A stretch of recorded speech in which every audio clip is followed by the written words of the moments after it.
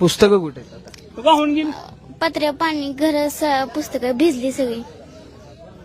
आणि मग आता शाळे वगैरे सर आठवडा झाला आम्ही दसरा काढसाठी राहिलो पण सगळं पाणी आलं तेव्हा आमची शाळाच राहिली. शाळाच नाही आता. काय नेमकं काय सांगाल, अशी पहिल्यांदा परिस्थिती पाहायला मिळते या जिल्ह्यामध्ये, या भागामध्ये? परिस्थिती लय बेकार आहे आता आमची. आम्हाला राहायला घर नाही. रान आमचं सगळं वाहून गेलंय. रानात सगळं नदीत वाहून गेलेलं आहे. घरावर पत्र नाहीत आमच्या. आता घरी जाऊन आम्हाला काय खायचं, कुठं खायचं ते सुद्धा आम्हाला असं बसायची सुद्धा नाही जागा. असल्या रानात बसावं लागेल मला. पाण्यात असल्या रानात बसावं लागेल. असेल ते पण गेलं. 2 तोळे सोनं गेलं माझं. 50,000 गेलं घरातून. वाहून गेलं सगळं. 2 तोळे सोनं आणि 50,000 वाहून गेले. काढायचं आलं नाही. लेकरं घेऊन आम्ही तसंच पळालो बाहेर. गावापासून पण वस्त्या साऱ्या पाण्यातच येते आमच्या. गाव म्हणजे